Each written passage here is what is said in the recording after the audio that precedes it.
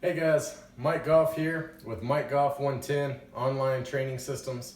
And I had a conversation with a client the other day.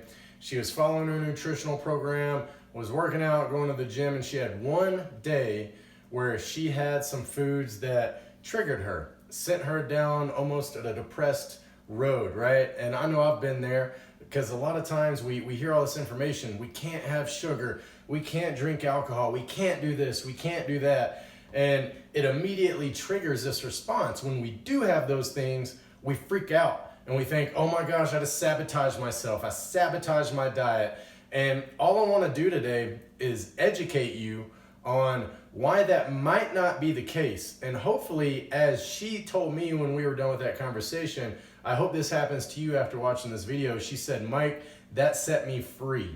I had no idea that I could enjoy some of those things in life in moderation and still achieve my goals. So what I did up here was in the top corner, I wrote down what a pound of fat is approximately from a caloric standpoint. Again, approximately 1 pound of fat is around 3,500 calories. That's what the science shows.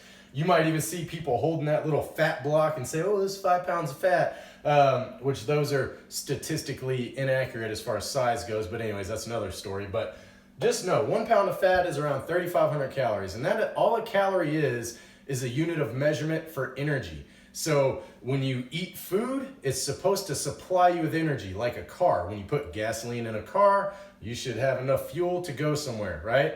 So the difference is in the human body, when you have too much energy, we store it as fat. That is all fat is stored excess energy. Whereas in a car, maybe you pour too much gas in it and it just overflows out on the ground and you're wasting money, right? Well, in order to, when we gain fat, we just have too much energy, too many calories. In order to lose fat, you have to be at a caloric deficit. That can be achieved through a multitude of ways, either lowering your calories from your nutrition, increasing your activity level through walking, running, exercise, CrossFit, whatever you decide to do, or a combination of both, a little bit of increased activity and a caloric deficit. So, just so that those are covered, right? Now, the example I gave here is if my caloric maintenance, or what I need to maintain my body weight based on my activity level, height, weight, age, all that good stuff, let's say that's 3,000 calories a day. I'm a 6'2", 213 pounds, work out 4 or 5 days a week. So let's say that's my number. Well, if my goal is to lose fat, not weight, pure body fat, and maintain as much lean muscle as possible, then what I have to do is be at a caloric deficit. So what I wrote up here is a common example. You'll hear fitness professionals say, hey, you can lose 1 to 2 pounds of fat a week safely. Well, here's kind of how the science behind that. To lose fat, I need to be at a deficit of around 500 calories a day. Here's why. 500 calorie day deficit times 7 days a week, a little bit of simple mathematics, that's 3,500 calories that you will be at a deficit in your week. And guess what? It's magic. If you're at a 3,500 calorie deficit, you're going to be right around losing a pound of fat a week. And that is awesome, you guys. That means your body composition is changing, you're feeling better, your health is increasing, all that good stuff, right? So here's how I want to apply this to the real life. Here's typically what will happen. Let's say it's Monday. I want to be at a 500 calorie deficit, so I ate 2,500 calories.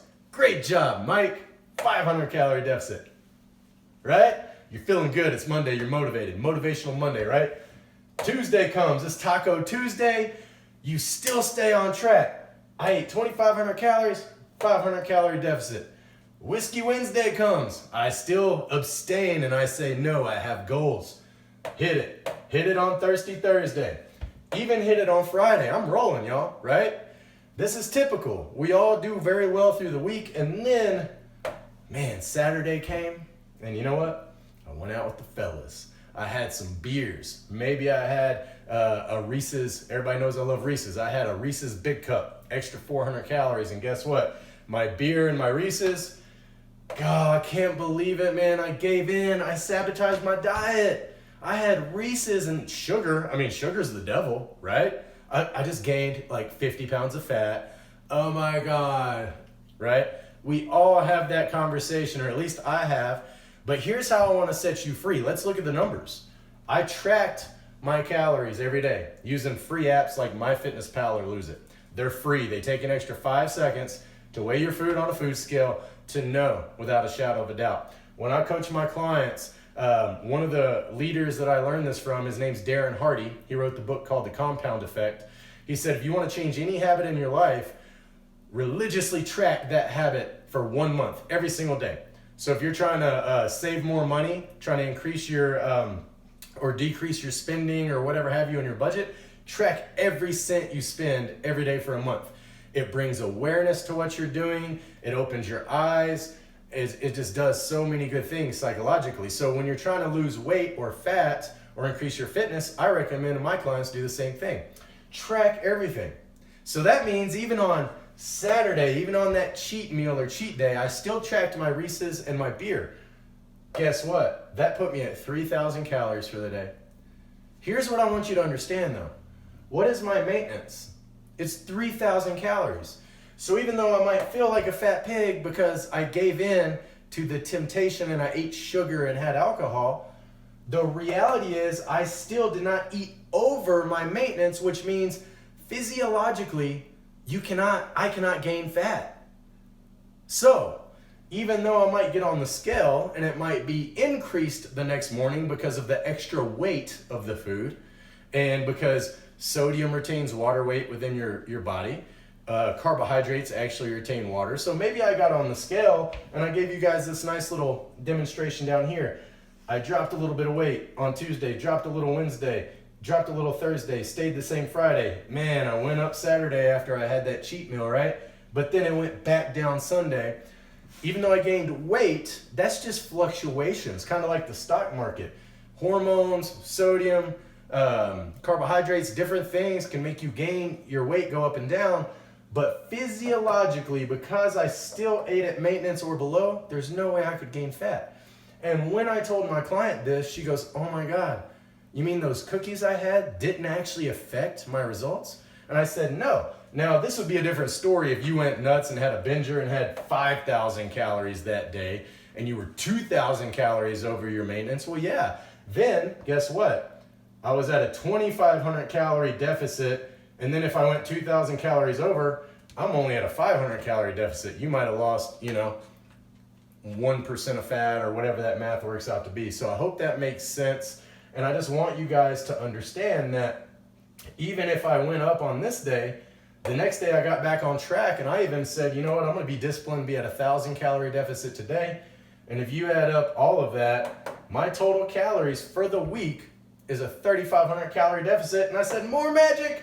Guess what? Still hit my goal of losing a pound of fat a week. I got to enjoy Saturday night with my friends, have a beer, have some Reese's, and then right back on track on Sunday. So hopefully these graphics just kind of help, like I said, de-stress you a little bit. Understand that, you know what, having some pizza, having some red wine, having whatever that thing is that you love in moderation can keep you on track because you don't feel like you're giving up your entire life. Like I said, eating vegetables and fruits and lean meats and doing well all week and then having a day where you still track but you have the food you want, it will not derail your goals as long as you're tracking and you know where you're at. So hopefully this video was helpful for you. If it was, comment below, like, share it, do all that fun stuff. Let me know what you think. Y'all have a great one. God bless.